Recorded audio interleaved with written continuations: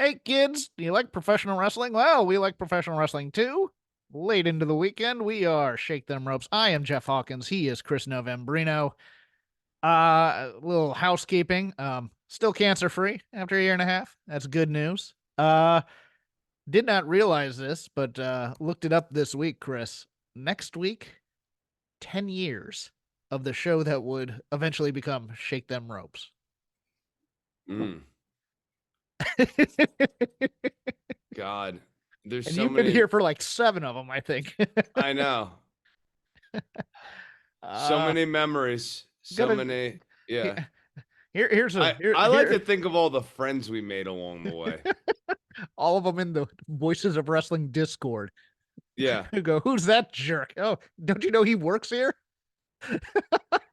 I've, I've seen that at least 3 times. It's like, look at this terrible opinion. You know Jeff works for us, right? Uh, do you remember what? You probably won't, but we had the most unoriginal name, Rob and I, for like 5 episodes. It was Rob and Jeff talk WWE. Mm. That was the name of the show. But I'm trying to get him for a little bit of audio to splice in for next week's show. I was gonna ask you if you knew who PDQ Bach was, but I don't know if if this music conversation would go anywhere. No. Okay. Kind of a parody satirist of classical music historian, but he knew his stuff, and that's how I learned a lot about classical music back in the day. So we'll skip it. Any banter you want to get out before we get to the graps? Ah, I've been Ubering recently, and I guess I'll share an Uber story. The Are most. are, are you a talk to people Uber, or are you a Oh hell yeah. oh Yeah. really? Oh Okay. yeah, dude. Do that. I mean, you got to read your people, but like, if you're playing for tips, like, or I mean, let me put it this way: if you are doing Uber and you don't have a tip game worked out, you aren't actually doing Uber. You're just killing your car. You need to be getting tips because that brings up your hourly rate upwards of 35 dollars an hour if you can do that with your surge in the surges and all that stuff. Okay. Um, I mean, yeah, like on the weekend nights and stuff, I can average that comfortably. So, but I was working during the week. I live right by the airport here. We get like, airport runs in New Mexico. I mean, because we don't have that many airports, sometimes you can get a long one that like pays a larger amount of money. And I had one that took me north of Santa Fe, like actually north and then south of Santa Fe. And I was coming back and I turned on like my little destination router that gets you rides on the way back so that you're not, your ride home's not a total wash or whatever. Right. And I have a stop in a like suburb north of Albuquerque known as Bernalillo. And I see my customer's name, Edwin, and I'm like, oh, he's out in the boonies, but like everything in Bernalillo is out in the boonies. Like, you're north of Albuquerque at this point, but like south of Santa Fe, there's like nothing but reservation. So I drive out to the destination. It is a dirt road, or like it is like a dusty road. There are no houses. This is not a residential area. I see a car. I see my future passenger, my new best friend Edwin, out on the side of the road, yelling at the driver of this car, his girlfriend, calling her a bunch of words that we try not to use on the show here in Mm-hmm. a string, and goes, "That's my Uber. I'm getting in my Uber." And so then he gets into my car and he gets into my passenger side rear back Yes. and rolls down the window and proceeds to continue to repeat many of the words that I cannot use here on the show out the window, like leaning out the window, and goes, "All right, Chris, man, I've had enough of that word I can't use. Let's go to a gas station." And I'm like, "That's not what our route is here." He's like, "No, let's just stop at a Speedway real quick." And I'm like, "All right, fine, we can stop at a Speedway. Like, I'll get you something at the Speedway. Sure, whatever. I'll hook you up with the tip. Okay, sure, whatever." Take him to Speedway. Cool. It's closed though because everything's closed because it's after 11 o'clock. So he's like, "Let's go to another gas station." So I drive him to the second gas station, It's still closed because it's still after 11 o'clock. So he wants to go to a third gas station. And I'm like, all right, Edwin. We go to the third gas station. There, his girlfriend, ex-girlfriend, I don't know their current status. We did not exchange numbers at the end of this incident. And she's there. Edwin gets out the car and he's like, I'm gonna go with her. And then he goes up to her and just starts swearing at her. And like, then he gets back in the car. I'm like, I thought you said you were gonna go with her. I thought we were done. He was like, no, one more gas station, and then we're done. Or one more gas station, then we go back and we're done. And I take him to the fourth gas station. It is also closed. And Edwin's like, let's go to one more gas station. I'm like, no, Edwin. We have gone to all of the gas stations. You have two options now. You can go to one last Hold gas on. I have a point of question. Did he ever tell you what he wanted at the gas station? I don't recall. Gotta be honest. Because it was like beer, you could like make a recommendation. We'll go to a liquor store. We'll go here. I'm assuming it was booze. Okay. I can only assume he wanted to like grab a tall boy or something like that. You know, like Four Loco if they were. before midnight, right? I need a White Claw. Let's go hit a gas station.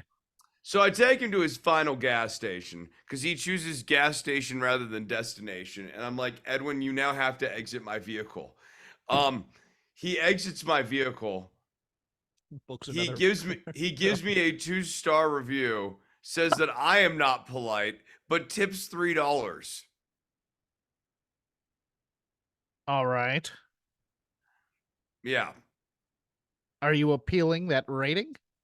Not the rating. I wrote, I'll keep the 3, and I just have been telling the story as car banter recently. Well, I mean that might lower your average. I don't know what the deal is with Uber. I mean, you get.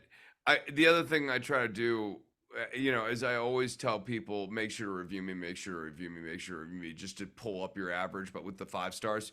Because like the 5 stars are the easiest to get, so you can just keep pulling your average up. Yeah, I've never given less than 5 stars. Yeah.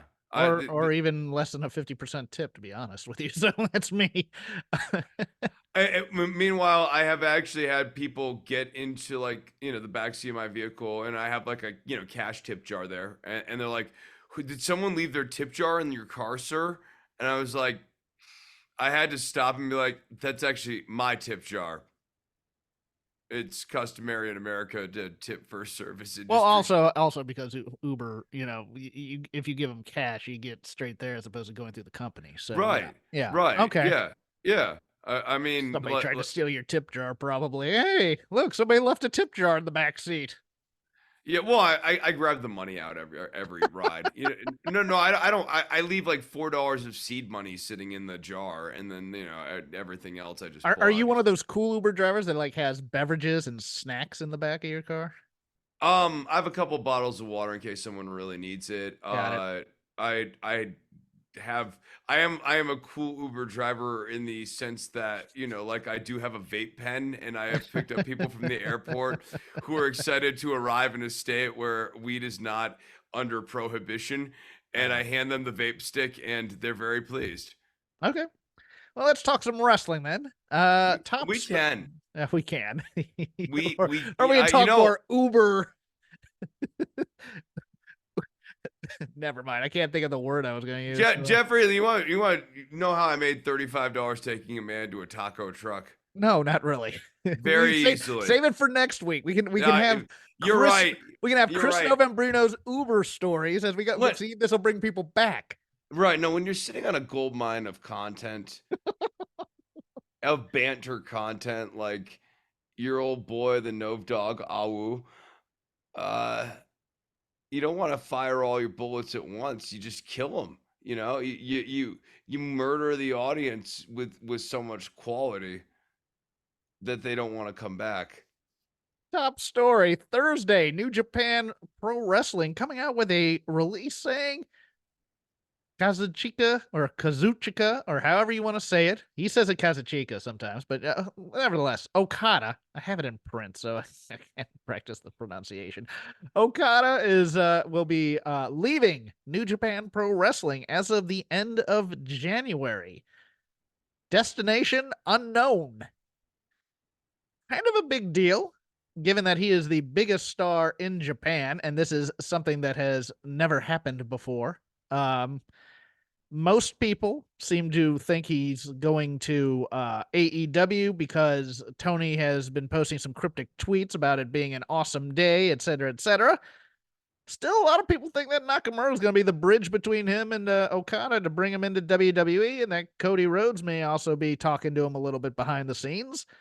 But it's going to be a interesting thing, especially if AEW signs him, because now you've signed Jay White, you've signed Shibata, you've signed Okada, you signed Omega. I mean, what is the It's use of? like it's 2014 all over again. Yeah, but what do you need Forbidden Door for if you're just going to sign everybody from New Japan? That's the question there. We'll talk about it in a bit, but just preliminary thoughts on Okada officially leaving and New Japan announcing it. I think him leaving is interesting just because it's really unclear where he's going to sign. I don't think it's super clear that he's going to AEW or WWE, and I think there's compelling arguments for him to go to either place.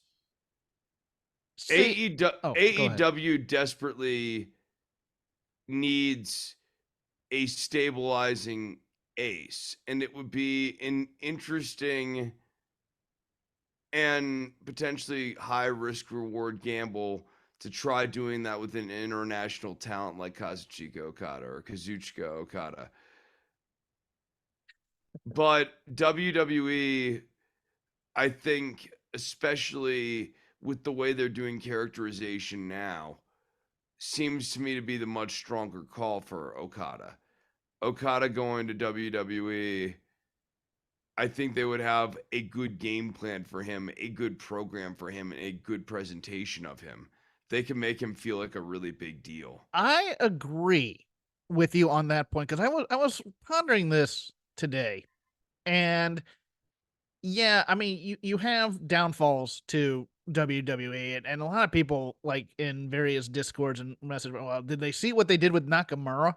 It's like Nakamura's in a feud with the top guy on Raw right now. Have they done dumb stuff? Yeah, but that was Vince. That was Vince. Right. When Nakamura came into NXT, he was part of the one of the biggest cards they ever had on his debut, the takeover in Dallas, which was a ticket that everybody was after. You know, that was the Sami Zayn match, and then you also had Balor and Samoa Joe headlining that card. AEW's downside to me. Now I get you're going to have so many great matches you could have, et cetera, et cetera. But Tony is, for lack of a better term, a little lazy on these types of things in terms of assuming that everybody knows who this guy is and then also kind of keeping the continuity there a little bit. Like I could see, He would if you be super commander, right? Like I could very easily see Okada being I wouldn't go that far. I would not go that far, but I could see him like, oh, he's a part of chaos and he's going to be palling around with the best friends. As a guy there. I mean, he'll be the ace of the best friends or something. I would think he would need a complete repackage in terms of being a big deal attraction and maybe not being on weekly television necessarily either. But the danger in that is, I mean, look, we've already had, the Don Callis family kind of put to the side a lot of times, and we thought Takeshita was going to be that big ace that you might need in here, but it looks like because of the Omega stuff that they put that on the back burner a bit, so they don't really know what to do here. I could see Tony just going, "Oh yeah, another great wrestler here," and then Okada doing you know cheeky skits with the Young Bucks about stealing one of the Jackson's wardrobe like he used to do on Being the Elite. I mean, it's not all positive if you look at the AEW thing and I think AEW needs him a lot more than WWE needs him. Um, especially I don't I don't see a clean place where he fits into what AEW is doing storyline wise right now. Like where they having just changed champions it's a weird time to bring him in. I mean, theoretically, having him beat Samoa Joe would be a good debut. But But the I don't. plan is clearly that you're going to get that belt on Swerve. And Yeah, and you also have Hangman somewhere in the balance who might be another guy that you do before Swerve. And yeah, no, I could see that. And then again, he could go to WWE, go to NXT, and they make him the Chase U exchange student or something. I mean, there's downsides to both. The thing in AEW to me is he'd need a mouthpiece. He would. I mean, right. No, there's no way he would and there's be. no serious manager in AEW other than maybe Don Callis for 75% of his act, but he's also a bit of a goof when it comes to things as well. So, you don't have that Gary Hart with Muda type of thing where it's like he doesn't need to talk because he's such a badass in the ring type of a thing. Yeah, I mean, if Don Callis just completely disbanded the family and was singularly focused on Okada, he might be able to be a viable mouthpiece for Okada. Oh, Osprey was the guy I was trying to think of when I was thinking of 4 guys from New Japan. I have that as a note. It's like, yeah, they took 4 guys from New Japan. Yeah, Osprey is also now with AEW. They have an embarrassment of riches in terms of the quote unquote work rate type stuff. But I also think they're overpaying for what they're getting. Yes. Yeah, In terms I of mean, in terms of actual, it growth of the what product. growth of the product, right? I don't know that any of this stuff translates to growth of the product. Over in WWE, major injury. Seth Rollins suffering a torn MCL and a torn meniscus on this past Monday night's Raw in his match against Jinder Mahal. No word on if he's going to try and rehab it and keep going, or if he's going to get surgery, or what the plan is now. But Chris, to me, it seems like on Monday's Raw that they ought to The have wrong Damian man won. I agree. I agree. I agree. You're, It was you time. don't It wish to was hinder time. Jinder, huh? No longer hinder Jinder. I think the cash in from Damian Priest might be coming on Monday until they can figure something out. That's Yeah. my opinion here. Boy, I forgot to check which knee it was because remember he came back before from a torn ACL in one of the knees and he was wearing a brace underneath it. I thought he stopped wearing the brace. I couldn't tell.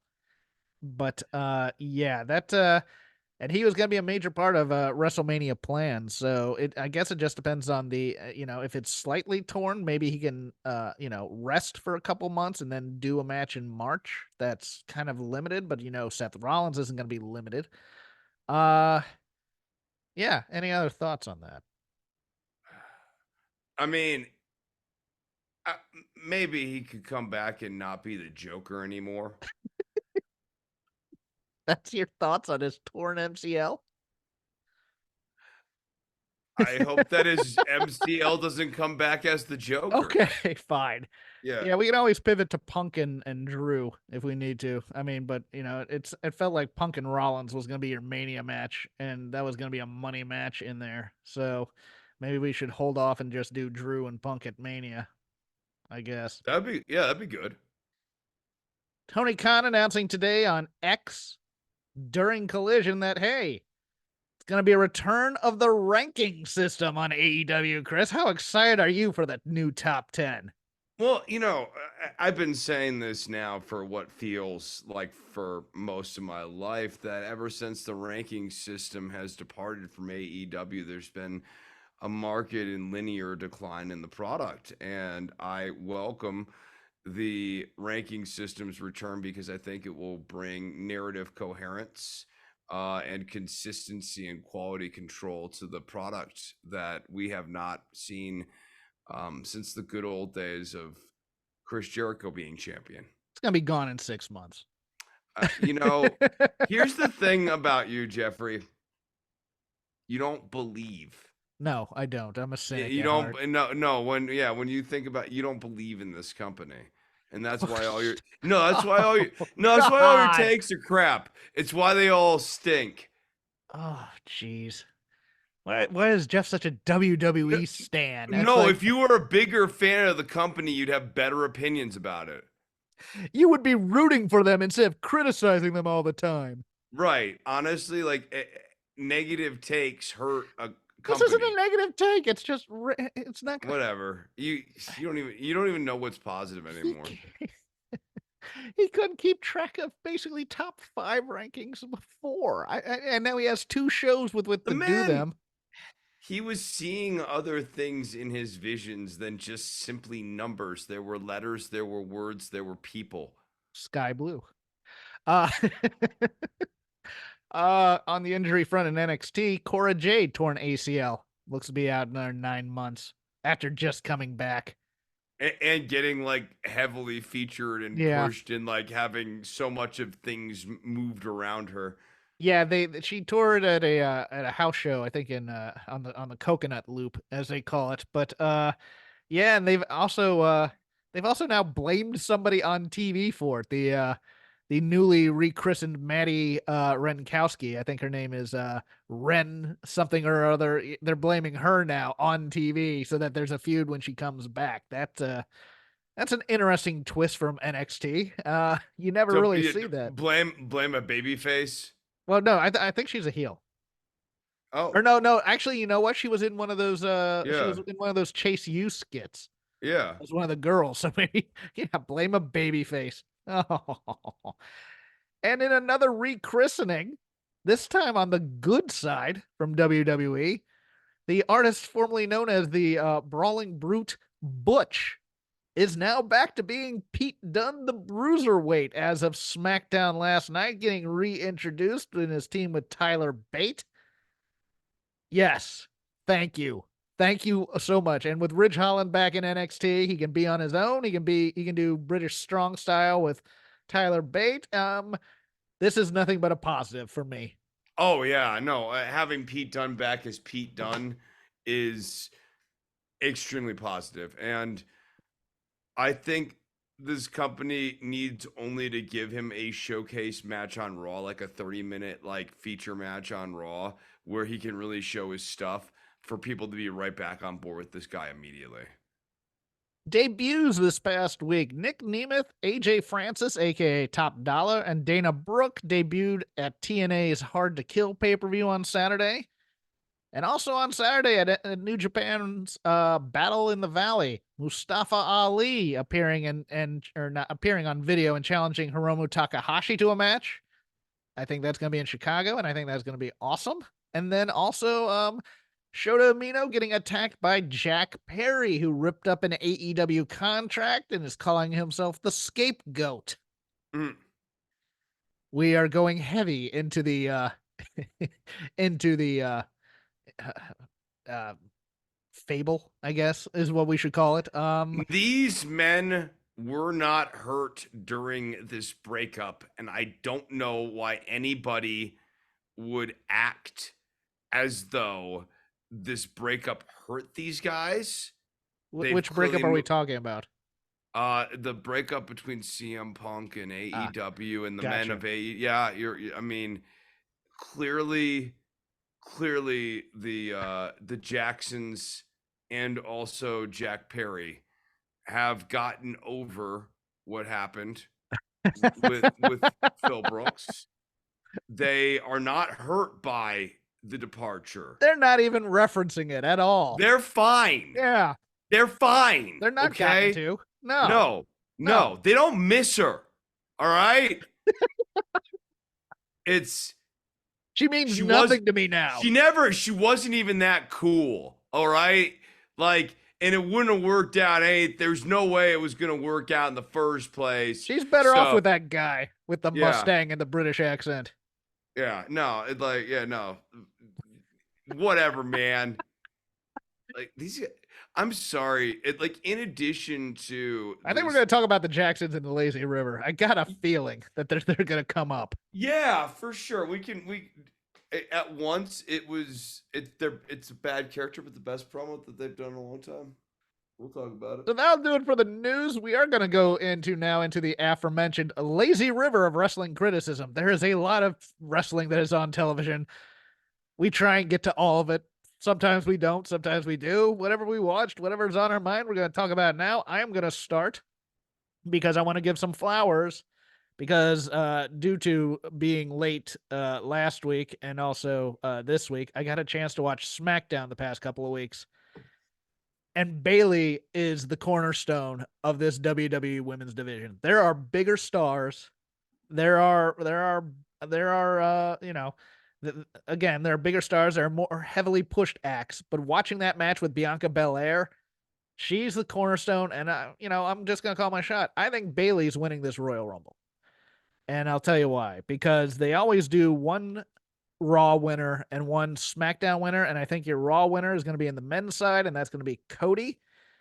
And I think Bailey's getting this, and she's going to call out Io Shirai, and she's going to get her, or Io Sky, sorry, and she's going to get her one-on-one singles match at WrestleMania, finally.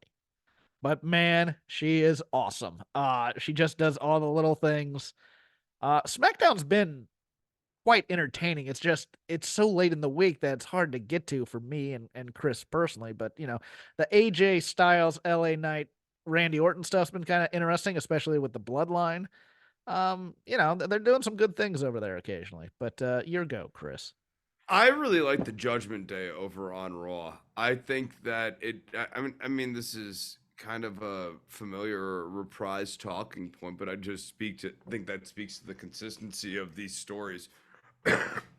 It's just funny enough to be comedy, like a break from comedy, but never so over the top that it diminishes the formidability of the Judgment Day. They still always seem like a credible faction. It's just you have R-Truth and his zaniness woven through it, and R-Truth and Damian Priest have They're money. fantastic. They're money. They're so good together. They're such a good foil. I'm grading on a curve here because I generally don't. Again, I don't like comedy acts interacting with main event things unless they get beaten down, to get heat. But I also know what WWE as a company wants this type of stuff for moments, for video packages later, for Hall of Fames and things like that. I'm going to ask a question here, and there's a few other candidates for this, but before I get to that prelude, some of R-Truth stuff has towed that line of racist, and he's dealt with it with good humor, but at the same time, we've gotten uncomfortable on this show talking about some things. But Yeah. is he the best to ever do this kind of stuff for WWE? Because I mean, Santino was really good. He's got to be, because he there's so many different times where R-Truth has had funny interactions with people. Like he brings out additional humor from the straight man. Like, and he's a madman because he makes those guys corpse, even though the joke's coming. Yeah. That's the thing. They came out with a Tom and Nick Mysterio t-shirt on WWE Shop, by the way. It's just two twin Doms and R-Truth. It's the best. It's just so stupid. It's funny. And unrepentant stupidity is my thing. Continue though if you have anything else on that. I just like, I think it works, and even that the main event match with the Awesome Truth versus the Judgment Day. It's Don't a tag comedy. it's that was funny. I have not laughed as much at WWE humor in a very long time, and I don't.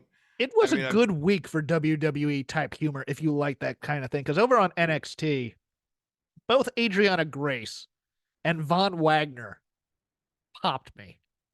Like Adriana Grace, not the best wrestler in the world, but this character of hers, this beauty queen thing, where she's just so disingenuous to people that they turn her off and they leave. Like the bit with her doing the speech while people left the locker room.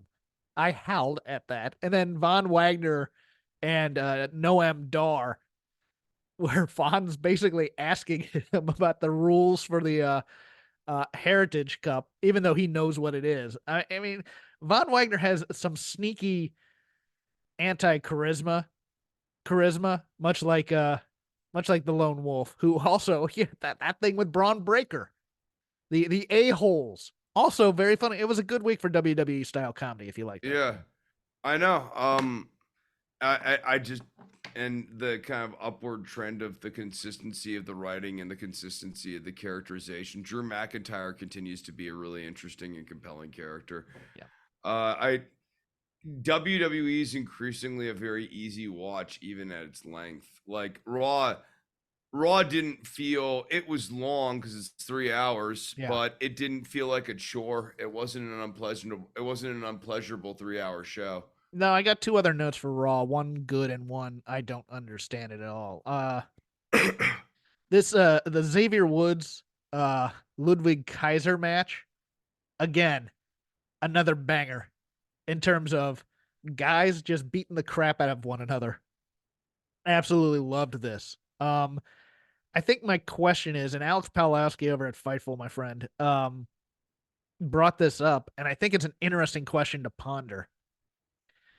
Is it at all possible that this entire Imperium New Day feud is to set up possibly Big E versus Gunther and him being the one to break the streak? Now, I Mm. wouldn't recommend it because of the whole neck thing, but I could see like a 6-man type thing at Mania where Big E doesn't have to do a whole lot in there, possibly as a feel good story to have one last match. Because I don't think he's ever going to come back full time. But this feels, because we've now had Kofi, we've now had Xavier, they're going up against a 3-man thing. To me, it just feels like a setup to bring back Big E in some way. I'm not sure how, but I'm just gonna put that out there. What do you think? That's certainly one option. I would suggest another option's a classic friend of theirs, The Big Show. Shut up. The one thing that I didn't understand, I have no idea why they gave Ivar the big win over Otis last week, only to have him lose to Tozawa. I like Tozawa, don't get me wrong, but it felt like we're trying to build him up as a singles type of guy. And now it looks like he's going to lose to Tozawa, and I think he's going to lose to Chad Gable also. And look, I'm sure Maxine's very nice. I don't think she brings a whole lot to the act necessarily, but did this confuse you as much as it did me? I mean, I don't lose a ton of sleep over what Ivar and Valhalla are doing on a regular basis because it seems like the planned kind of more heavy push of Ivar has been stopped. It is Like Ivar, right? Not Eric. I'm right on it's that one. Ivar. No, it's Okay, thank Ivar. you. Yeah, it's Okay, Ivar. Yeah. Yeah, Eric's the bald one. gotcha. Yeah, no, that just was like okay. I thought we were gonna go. He's gonna go through them, and then he's gonna like run into somebody like Bronson Reed, and we're gonna have like two big hoss fights again. We're getting a hoss league finally in Raw, and I'm all about that. Your turn, sir. Okay, let's go over let's go to the land of AEW. Yes, let's. Um What do you this want to is start with? boy, I'm gonna go. I'm gonna go with Deanna Perrazzo, Anna Jay, and Timeless Tony Storm. Okay.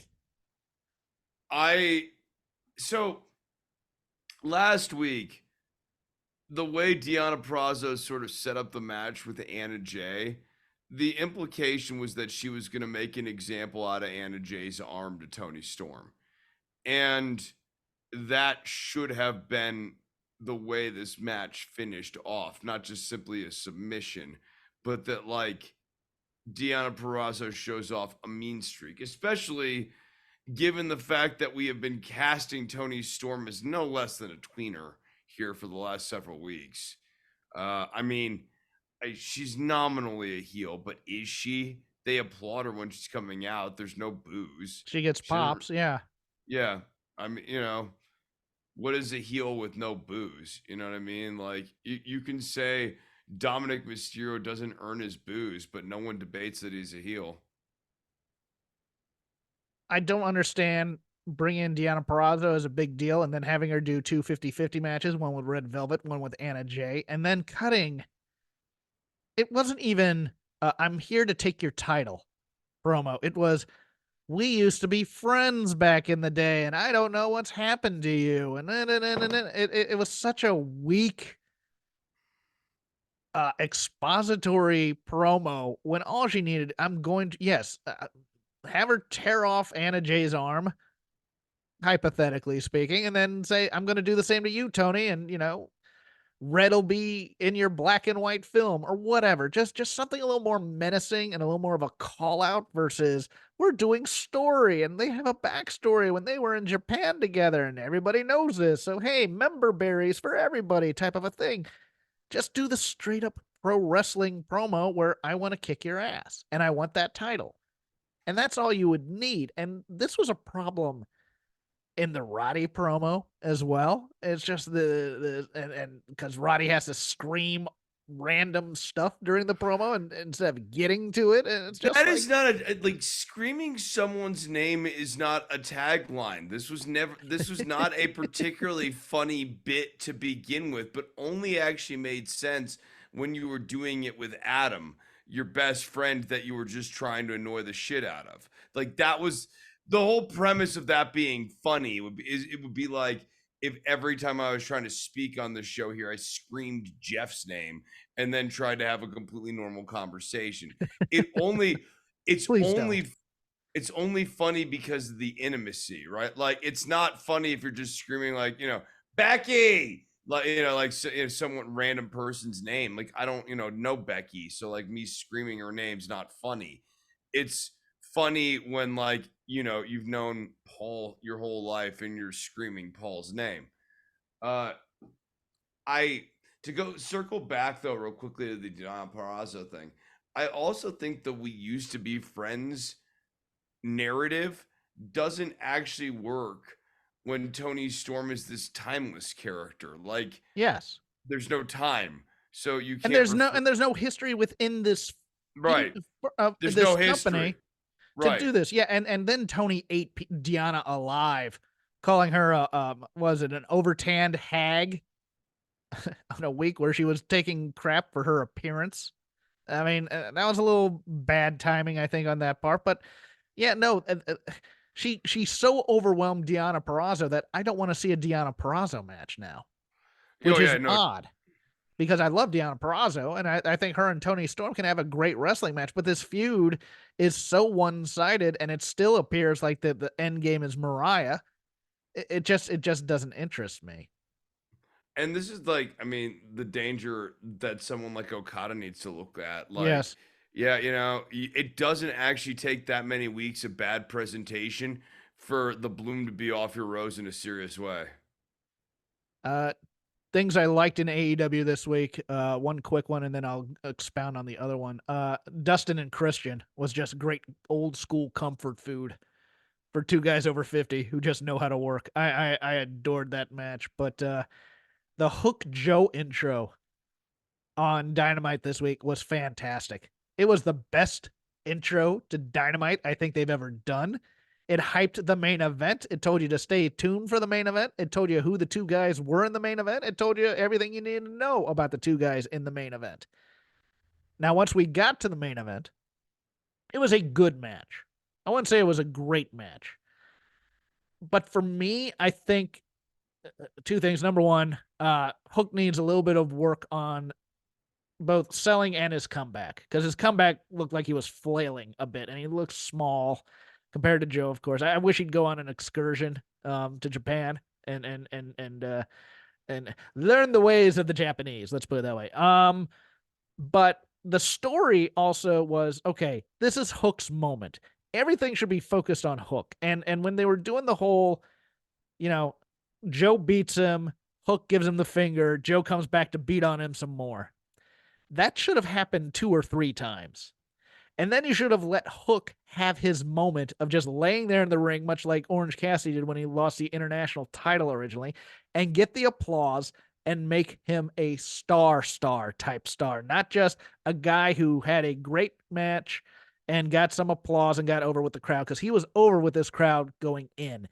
Instead, they ported all of that shine over to Hangman Page making the save and also Swerve being in the audience, and he's, kind of a de facto baby face now. So everybody's yelling, whose house, Swerve's house, and doing the dance while you're supposed to be focused on this great feat by Hook, standing up to the champ and going toe to toe and never quitting. Like, Joe should have kept coming back and beating him until Joe was just like, I'm fed up with this. I'm going back out of here and I don't need this crap. And then Hangman could come out and help him up, raise his hand, and that's it. But I instead, don't think yeah, Hangman should have come out to save Hook I don't because either. Hangman's promo in this new character that he's doing, which is somewhat reminiscent of a constipated Bill Shatner, very much speaks in the language of a heel.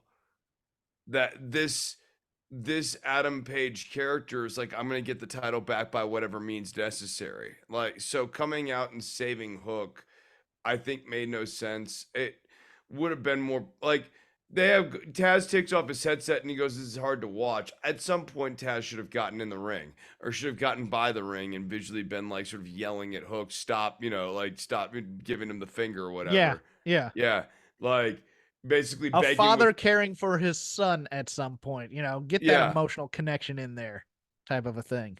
Honestly, that would have really as this was good. And in watching it, I saw the potential for this to have been great.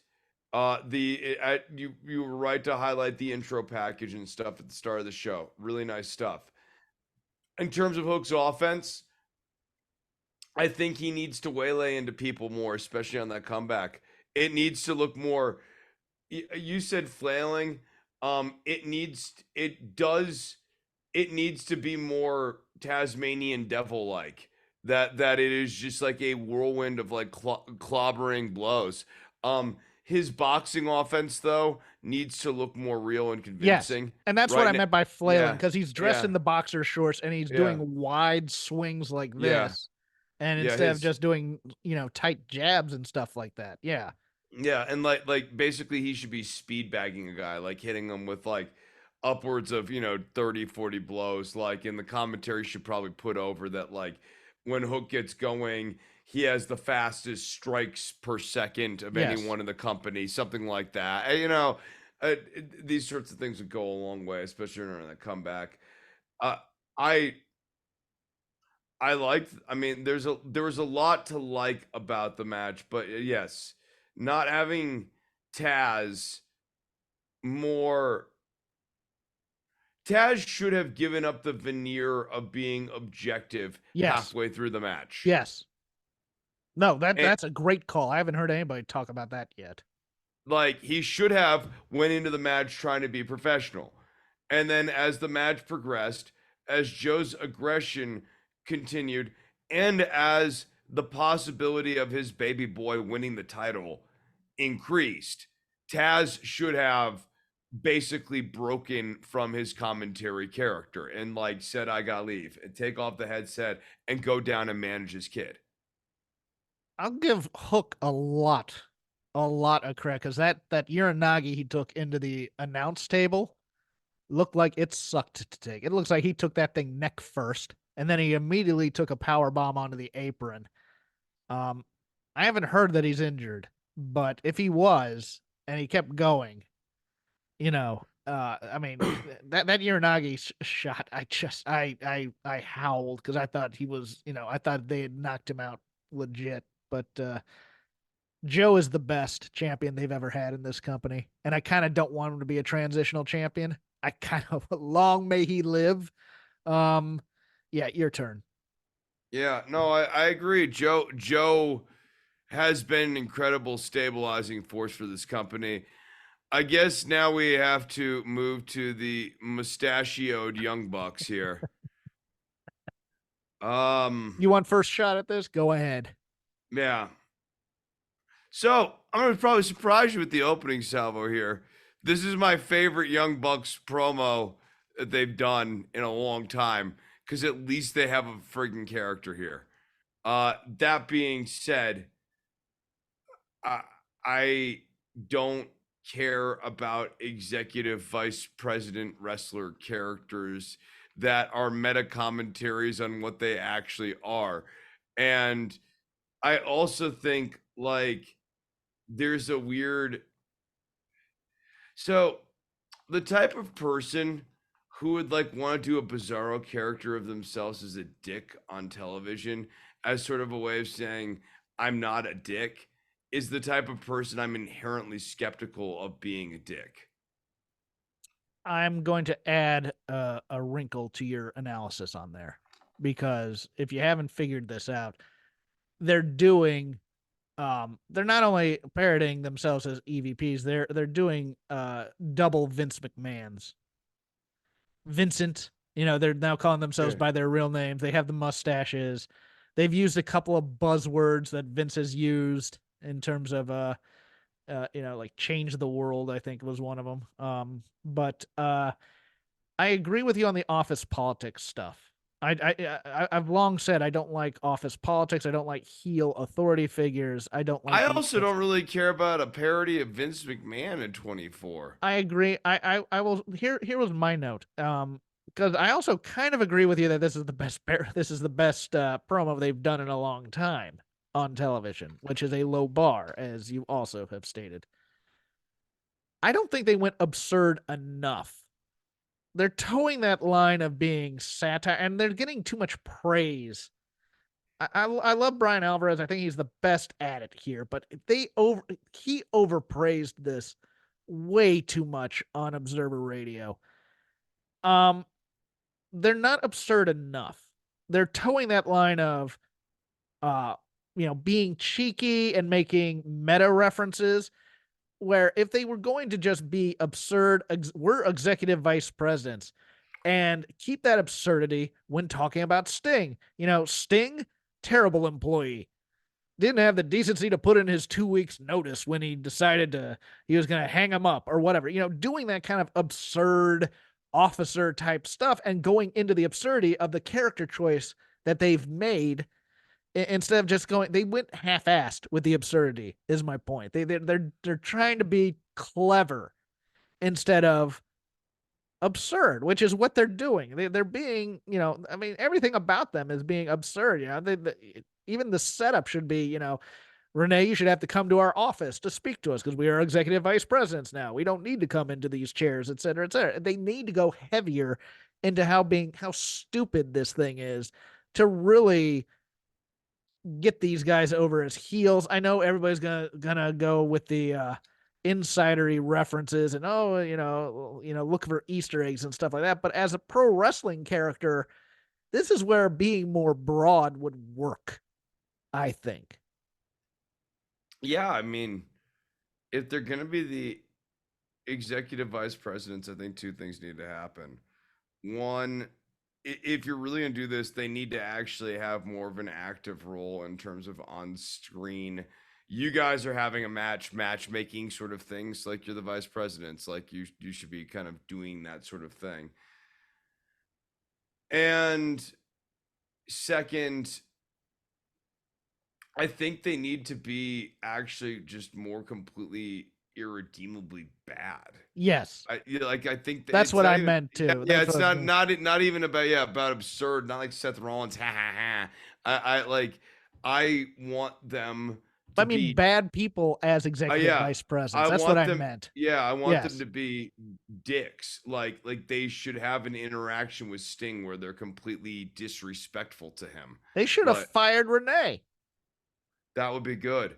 at the end of the Like interview. This at, interview, this interview did not meet our expectations. You're fired. that would have been great. That would have been great. Yeah. Like that would be a good little minor storyline too. Like we're 2 weeks off for Renee or whatever, and yeah, that would be great. Yeah, just being bad people who are executive vice presidents. That's all yes, you need to do, but really. they need to be actually bad. Yes, Yeah, and that's the problem. Is like right now it's like, haha, I'm kind of a jerk, but they're not. yes, yeah. Yeah, they're not They're bad. playing Yeah, Don Amici and Ralph Bellamy from Trading Places type of jerks. You know, yeah, oh yeah. yeah, where they're making a bet for $1 to see if what they can do to people to Yeah, screw with them. Mortimer and Randall. Yeah, I agree with you. I wanted. It's odd that I'll ever tell the Bucks to go heavier into things. This is one that needed to be heavier from them because now that they're being not obtuse is the word for. I mean, it's a half-assed character choice to me. But yeah, your turn, sir. What wasn't that my turn? Oh, it was okay. Yes, we. Yeah. I felt like I talked most of it though. Uh, So that's how we're scoring these now. we don't really score. No, We don't have points. the- Uh, Little Love also back into NXT territory. I really enjoyed that Anofi and Malik Blade match versus Trick and Mello.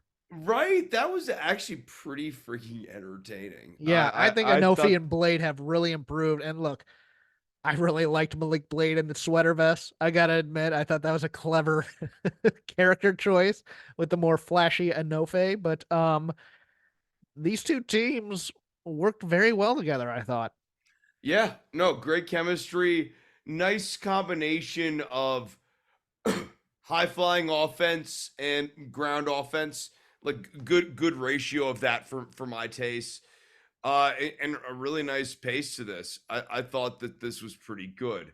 The next segment on NXT, Obafemi closing the open challenge, I thought was a bit lame. Oh, really? Okay.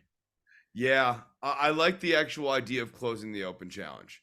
I thought that was good. I just thought the promo way overstayed its welcome. I He liked should, I liked him a lot at first when I thought he was a babyface, and then he shifted to being a heel, and you're like, oh, these guys want to cheer him. Let him be cheered, type of a thing. He had good poise, like he was doing. Was it the laughing or he was doing kind of an LA Knight thing when LA Knight goes, yeah, when he's ending a point. I forgot what it was he was doing though. It was like a growl or something towards the end so he could recenter himself for the next line. And I thought that was an interesting choice given how little experience he's had doing this type of thing. Yeah, Dragon Lee and Obafemi does nothing for me though in terms of a match. Dragon Lee lost. here is a big problem for me too. So Dragon Lee is guaranteed a rematch Yes. for his championship, but like WWE has had that established, and that even went away, and then it came back. Obafemi can't take away rematch clauses. No, and because he won via a cash in versus an actual match, he should be required to have to defend against the champion in a one-on-one match. Yeah, That's right. always been Yeah. good storytelling to me. Bad storytelling, if I may. We did all this work for Lyra Valkyria with Becky Lynch and her, you know, she's the next Irish star to come out there. She worked hard. It was a very endearing story that they told with her. Great match with Becky Lynch. To then stick her in this stupid single white female feud with Tatum Paxley I will imitating not her. hear this, sir. I will not hear this, sir. This is Tatum Because Lyra Paxley and Valkyria has improved on promos. She's improved on poise as champion. I wasn't a huge fan of hers before, and she's started to I've started to warm up to her, but this sucks, Chris. I'm sorry, it sucks. I can't stand it. With the feathers, and we're going back to the lore stuff, and I don't want the lore stuff. I want her to just be a good champion, and, and it's and instead we're getting a single white female again. It's just it's ridiculous, and I hate it. yeah, I can't say that the Tatum Paxley character is the best thing in the world. She does good work. Yes. Like I was Like the actually character work she's doing when she's mimicking is actually pretty good. And mimicking and also even like modulating the way she does offense in the ring to be more Lyra Valkyria. yes, I thought that was pretty cool. but the story But the stinks. story sucks. Yeah, I know. I'm with you. I'm with you. I don't disagree on that. How are we Um, feeling about Roxanne and getting thrown in there with Lyra? Because I think what's going to happen is either Tatum screws Lyra there, or she cheats, and then we're going to end up turning them heel or something like that. Or there's going to be that uneasy alliance like Sting and Luger. But I just it's one of those things where it's like we're going back to Roxanne, I think, way too early. I think Roxanne actually should be moved up after Mania, but that's me. But uh what are your Yeah. thoughts on that? Um. I mean, I would turn Roxanne heel, but then Oh, really? yeah. Oh no, I would never turn Roxanne Perez heel. Ever. Ever. It's just it's one of those things where it's like that's like Bailey when she was in the hugging phase. Everybody wanted to turn her heel because this gimmick doesn't have a lot of shelf life. And look, No, I think that they have written themselves into a corner with Roxanne right now, where she okay, needs a short term heel turn. all right, that'd be interesting. Yeah, I Like just it could be a she lost her way sort of heel turn. well, they've been And then hinting at that a little bit from time to yeah, time too. Where she's being a little more aggressive on interviews and things like that. I just, Chris, as big a cynic as I am, I just want something pure and optimistic in this world, and that that's was why you Roxanne have Perez. me. No, oh God, no. I I'm nothing if not pure and innocent. Oh yeah, that's what I think of when I think of the no. That me too, me too. No dog is pure awu. Do you have anything else? I don't know that I do. No, I think I'm good here. Okay, no, I'm good. I'm good. You sure? Last chance before I end the show. No, I was like looking at the Lola Vice thing, but we just kind of already talked about that. I think Lola continues to be, solid, good screen presence. Boy, Carmen, not Carmen, Electra, Electra Lopez. Electra Lopez. Thank you. Boy, went from being part of the part of Legado del Fantasma to now being the person who's going to put Lola Vice over. That's just yeah, no, that women's battle royal was nothing special, but I thought there was some, I always think Kiana James is good. Thea Hale is just a maniac. She's great. I don't know what we're gonna be doing with this OnlyFans Chase U story. I'm a little frightened by that, to be honest with you. Thea Hale still pure somewhat to me, but it's one of those things. But you're a big Lola Vice fan, so I'll let you have it. Yeah. Well, We'll end the show there. You can follow me on X at CrapGame13. You can also follow the show, Shake Them Ropes, all one word. I update that when we upload things. We are part of the Voices of Wrestling Podcasting Network. Still going strong after 10 years for us. Lots of podcasts for all your various fandoms. If you're a fan of Puro, we got shows for that. If you like TNA, I believe Garrett Kidney does great work for that. TNA historian. We have Days of Thunder. We have the Good, the Bad, the Hungy, and of course the flagship with Joe and Rich. I do a show called The Dynamite Show, very original title, over on Fight Game Media. what do On you guys talk about? I think we talk about Dynamite about 20 minutes after the show ends. This week it was myself and Kevin Ely break it down. He has a very dry sense of humor, so we got along really well on there. That's available on all your various podcatchers or on YouTube live 20 minutes after the show. Chris is here. He can be your personal Uber driver if you wish to hire him and tip him and give him better star ratings. He also does guitar lessons and is basically hustling out there. Chris, plug your stuff. Yeah, if you want guitar lessons, follow me on Instagram, instagram.com/DOCTOR_NOV. And if you want Uber rides, just message me and you can like get them without the app. It's way cheaper that way. Or hire Chris as your driver, your You could, butler. Would you wear the uniform if I hired you as my butler or as my driver? Like the no. hat? Be like driving Miss Daisy. It'd be a lot of fun. How much would you pay? Minimum wage. No. Plus tips. No, I'd pay well. I can't afford you. You're too Right. expensive. No. That's true. That's true. I'm a $40 an hour man. We'll see you next week for the 10th anniversary spectacular. Oh my god, can't wait.